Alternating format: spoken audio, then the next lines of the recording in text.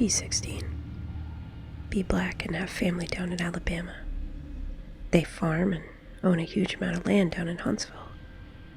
Uncle owns a big house and a bunch of trailers they put out in the woods for hunting or camping. Down south cousins suggested we go out there to camp. No, I'm a city kid from Chicago, so they tease the fuck out of me.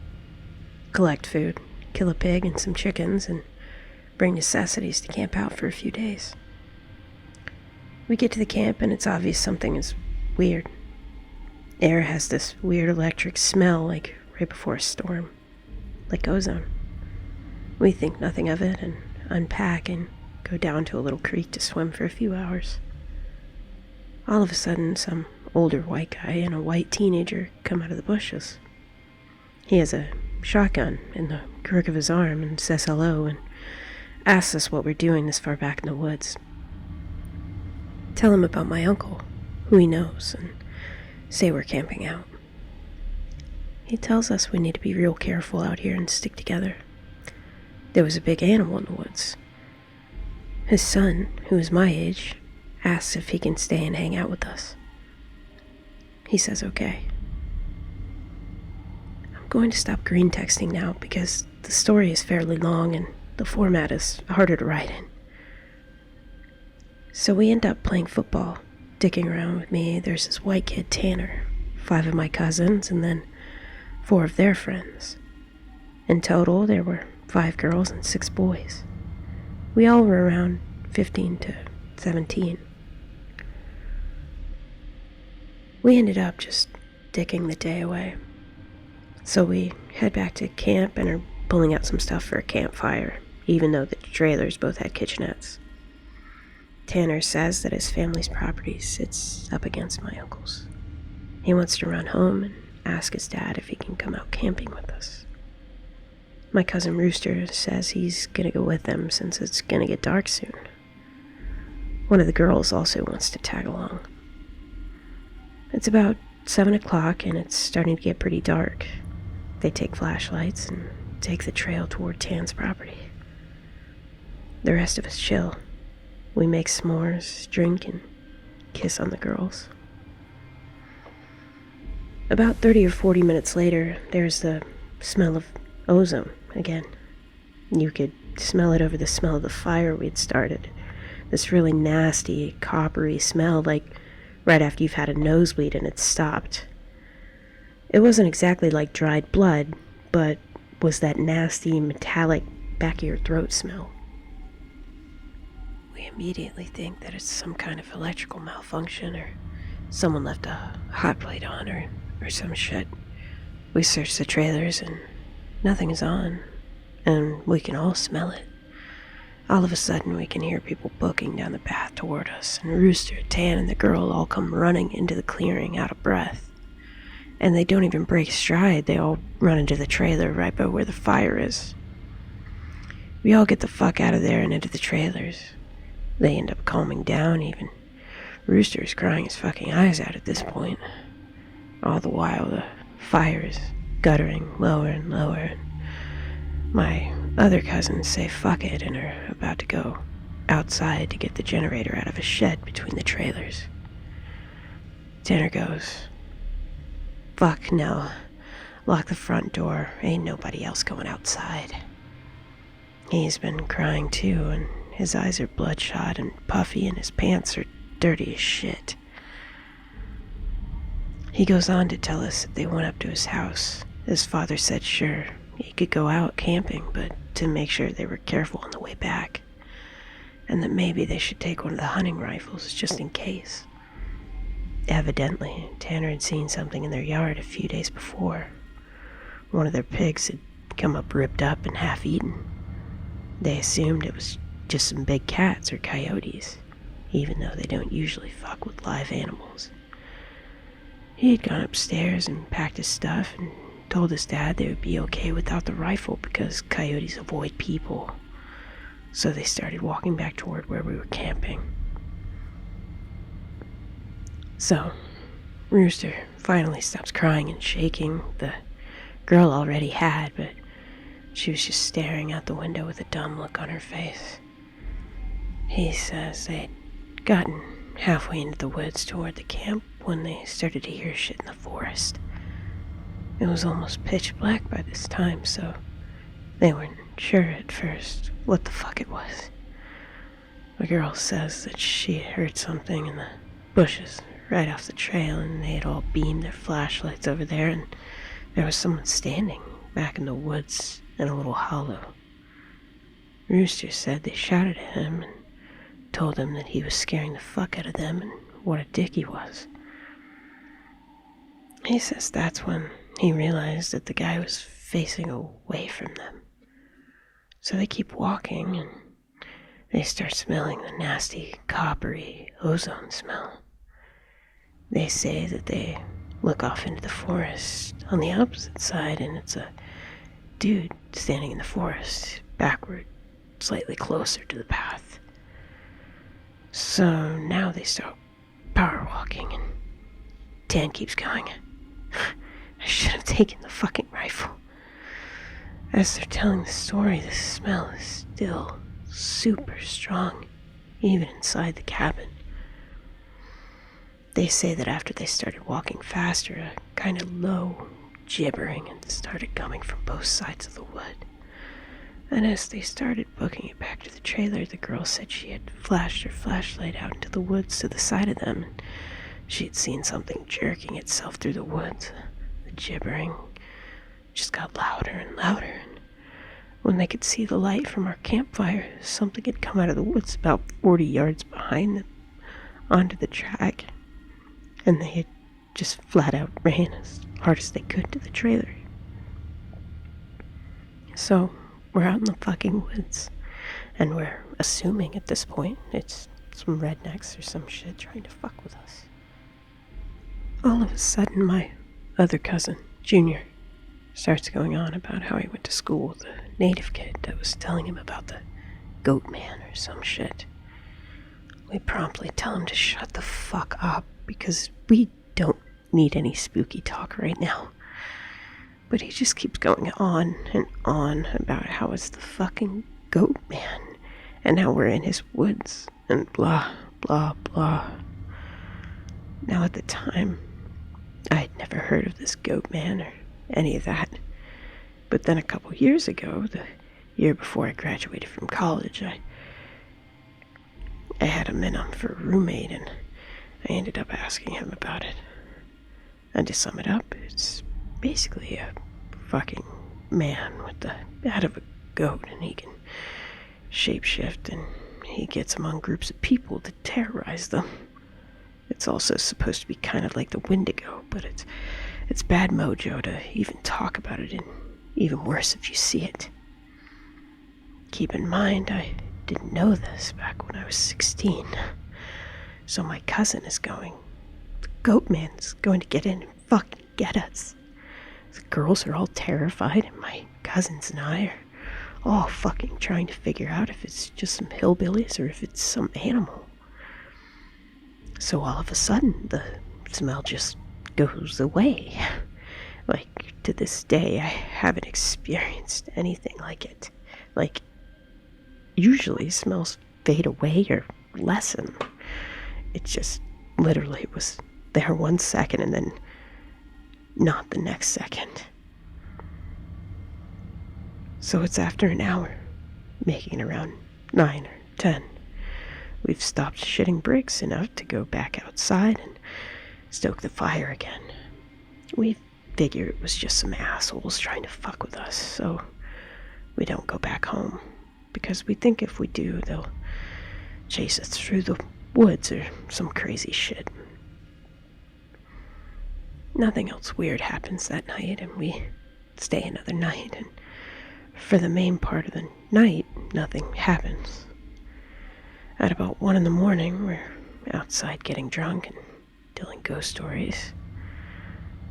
As someone finishes some too spooky story, I don't remember what about, the smell comes back.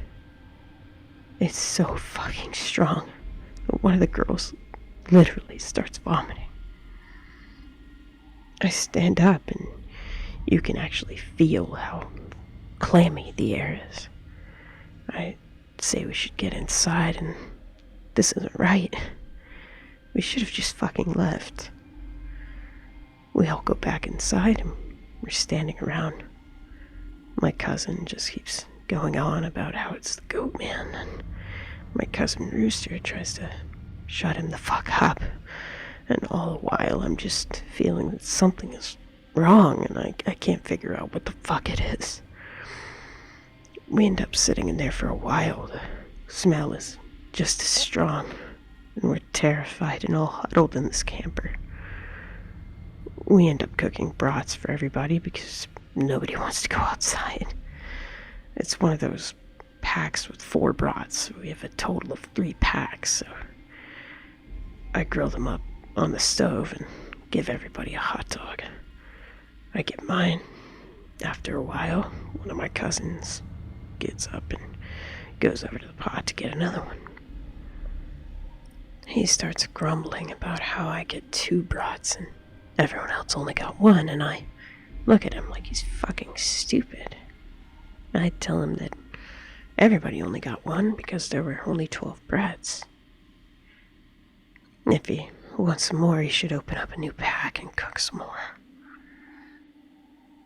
That's when the girl that had been out with Rooster and Tan just starts screaming. Oh, Jesus. Oh, Lord. Get it out. She's crying and shivering, and then it dawns on the cousin standing up. What the fuck is wrong? Me and him both glance around the room, and then I feel my heart fucking sink. I ran the fuck out of the cabin. The girl runs with us. The trailer door is banging against the side of the trailers. Everybody books out of the cabin. One of my cousin's friends asked us what the fuck was wrong. I started counting us. There's only 11 now. I shit you not, my cousin verified. There had been 12 people in the cabin, but being that everybody didn't really know each other well, nobody had really noticed the whole fucking time that there was an extra person. And then I realized earlier that I'd kind of noticed something was off. You know how when you're just dicking around and having a good time and you don't sweat the smallest shit and you don't always keep track of certain stuff? I'm dead sure that someone else had been in the trailer with us, and that they had been there for at least a fucking day, eating with us. What makes it worse is I could only figure out which one, because I don't think anyone ever actually interacted with the other person / the Goatman. The girl kept praying to Jesus. We're all sitting outside. Eventually we get big-ass sticks and go back in the cabin, but there's nobody in there. We count again, and there's 11 people. We go back into the trailer and lock the door. We explain what the fuck happened, and the girl says that she realized too, and that when he was about to say something, the person sitting next to her had grabbed her leg hard and leaned over toward her and said something she couldn't understand. So, we're all pretty much scared as fuck as we huddle together, and I fall asleep, and when I wake up, the sun is just coming up and half the people are asleep, and the other half are packing our shit up. We all want to walk back home, but it's like 4, and people want to stay until the sun is all the way up. And some people think that we're just fucking around and still want to stay at the trailers. I just want to get the fuck out of the woods. The girl's name was Kira, the one that the Goatman had touched. Anyway, I asked her if she really thinks it was something bad, and she just says she wants to go home and she doesn't want to be out in the woods alone for another night. So we decide to split up. The 4 that want to go can go, but I have to stay because I have the keys to the cabin and it's my uncle's and I have to lock up. So I'm super pissed at this point because I feel like people aren't taking this shit seriously, and I definitely don't want to be out in the woods for another night. I spend the rest of the day trying to convince the rest of the people, now 4 girls and 4 guys, to get the fuck out of Dodge.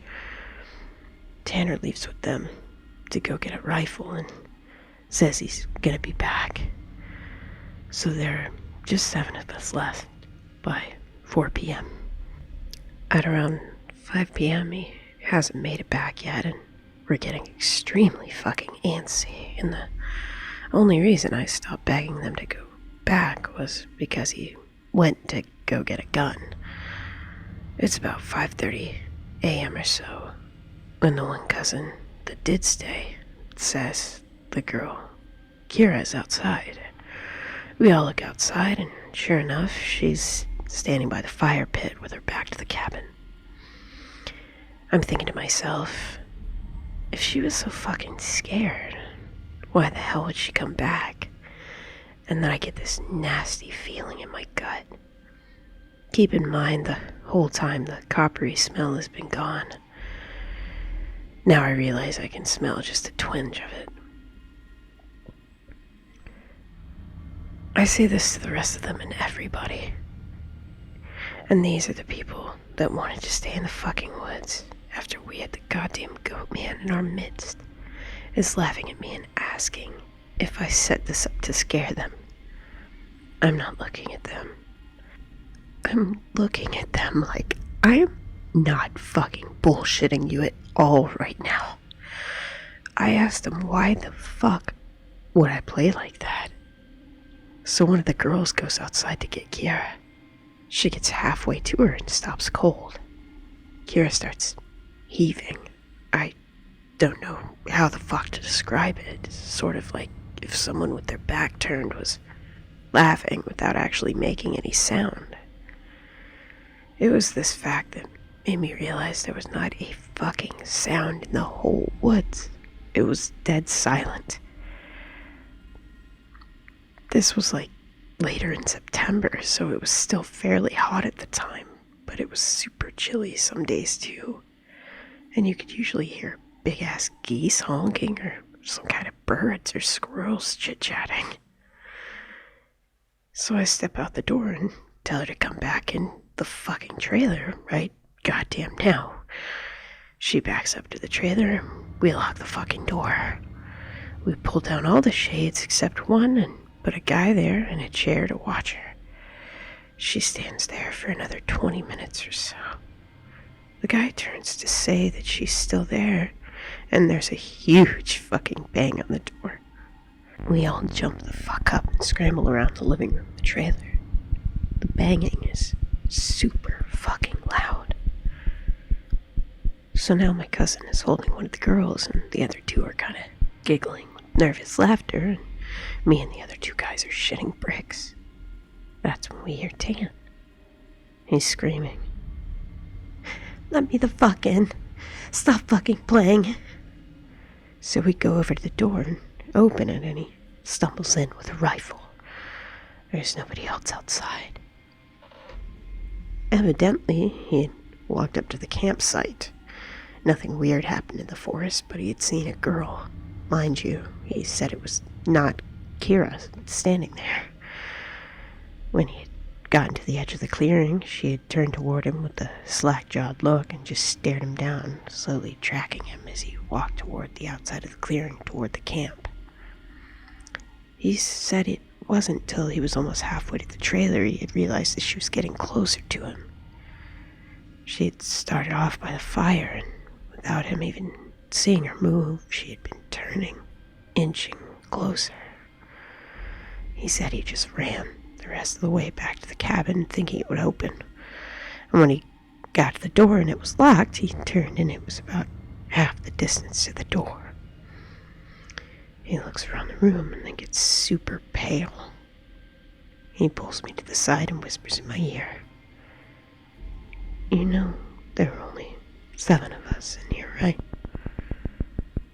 I get that feeling where your stomach drops to your nuts.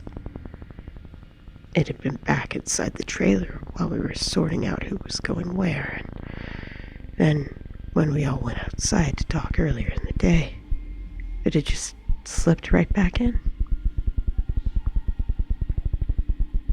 We looked out the window and there's nobody out there.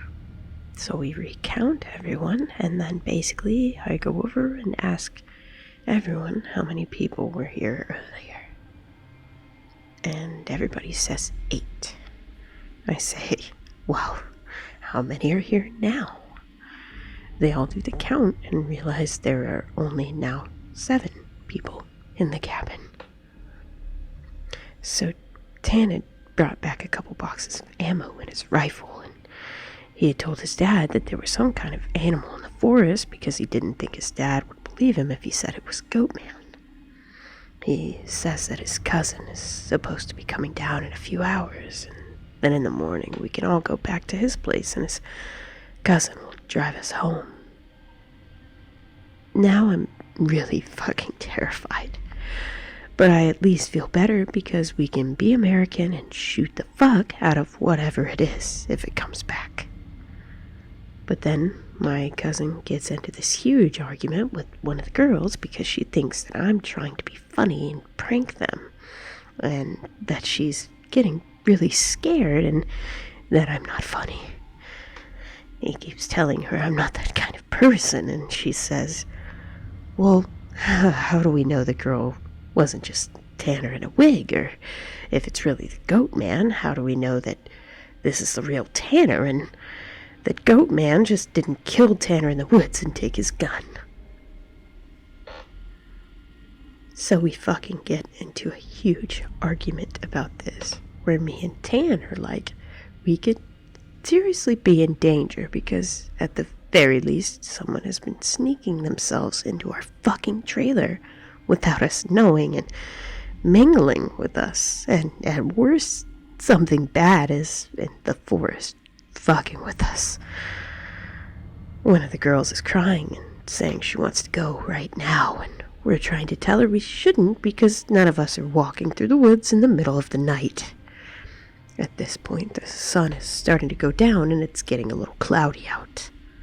We eat something and turn on the radio for a while, but we can't really get a station out there with anything decent. So we turn it off at about the time that Tan's cousin shows up. He was like 19, I think. At this point, the sun is just barely over the horizon, and he has one of those heavy-duty lantern flashlights and another rifle. He walks up to the trailer, and we whisper to Tan, asking if he's sure that's his cousin, and he says yes. The guy looks behind him and all around the camp and then walks in. He kind of glances at all of us and looks a little confused. He says, where's your other little buddy at? I figured she would meet me up at the cabin. Is she a little slow or something? He also asked whether we had been cooking blood in the cabin because it smelled like blood and hot pans all the way up the trail, but we were all like, fucking nope. But we asked him what the fuck he's talking about with the girl he saw. He had come down the same trail Tan had been using, and he had come up on one of you's guys' buddies standing in the middle of the trail, looking at him slack-jawed. He had asked her a bunch of questions, but all she did was just look at him. Then she smiled at him, and he said he kept walking. She couldn't seem to keep up with him and kept lagging a little behind.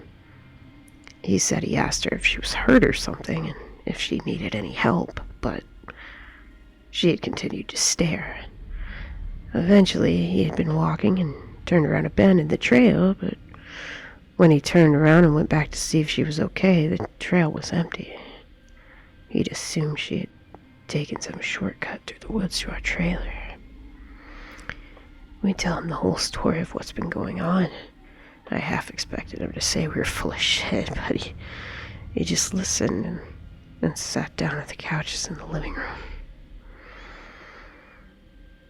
Tanner's cousin gets back to the girl. He says when she had kept trying to lag behind him, it kind of weirded him the fuck out, so he tried to keep her in front of him. But no matter how slow he walked, she was always lagging a little behind. And then he smelled this nasty smell, and it got stronger as he had got to the camp. Eventually it got really strong. She had said something really low that he didn't catch, and when he had turned around, she had been right the fuck up on him, and he stepped back from her. It was at this point he asked her if she was okay, and if she wasn't, for him to carry her back the rest of the way, and she just kept staring. He said he reached out for her as in to grab her on the shoulder, but he must have misjudged the distance because she was off to the side of where he'd put his hand, like she'd moved while he was looking dead at her. So, at this point, we know this shit's real. Unless Tan is playing a joke, which we can tell he's not because he's almost pissing his pants. So they load up their rifles, we eat some more, and we just kind of sit around until about 11. This fucking day, every time I think about this, I really pray to God that it's some huge prank that my cousins played on me and just never revealed, so I would shit for the rest of my life. At around 11, the stink of copper turns into an actual nasty, gross, blood-like smell, like cooking blood and singed hair. Tan and his cousin, Reese, get the fuck up instantly and grab the rifles.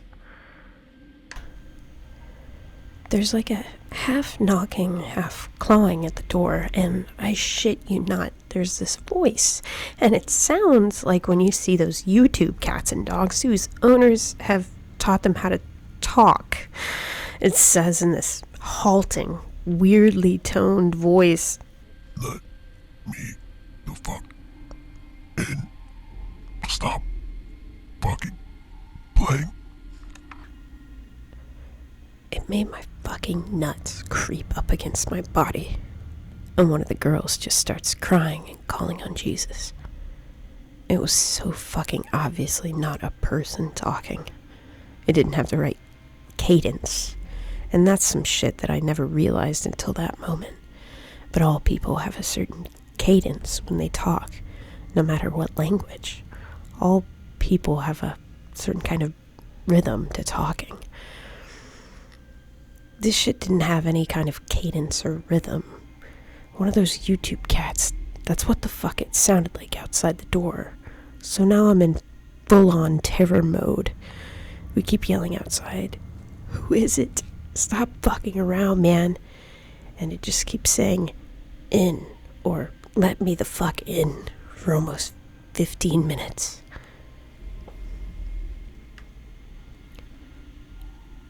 So then the smell goes away for a while, and for the next hour or so you can hear someone basically creeping around in the woods and shit. Every couple minutes it'll come back into the door and say something. Finally, when the smell fades away, it's around 2 a.m. right now. Reese says, "Man, fuck this," and opens the door and walks outside with his rifle.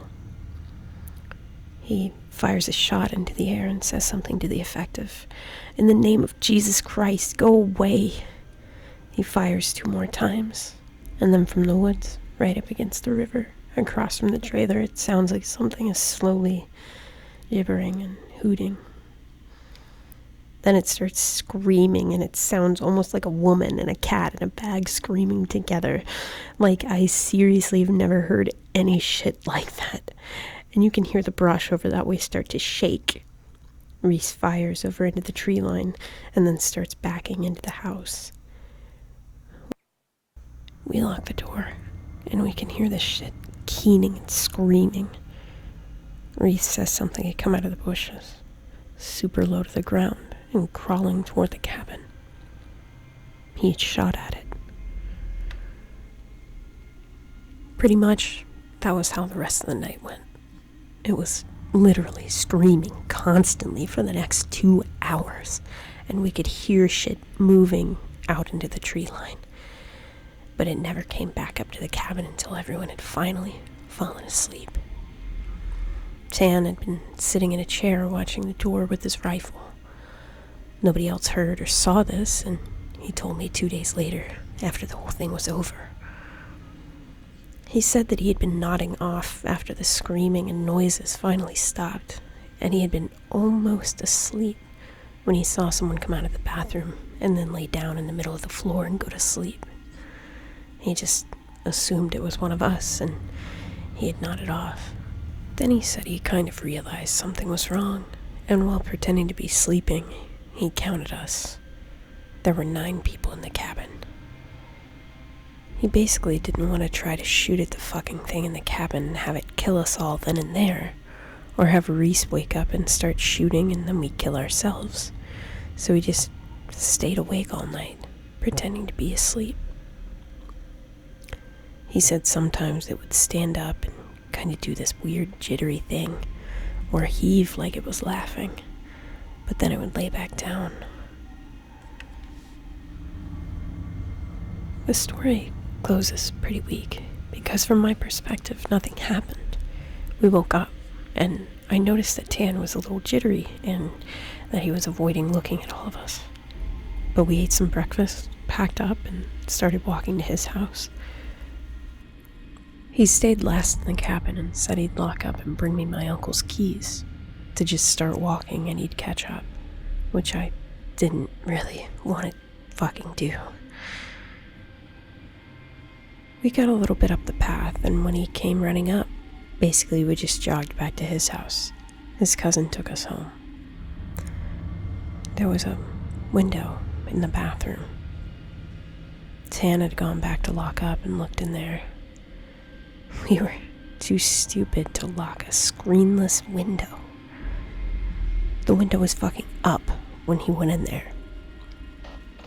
I'm guessing it had been doing that all along, waiting for us to fall asleep or slip up and then getting in among us.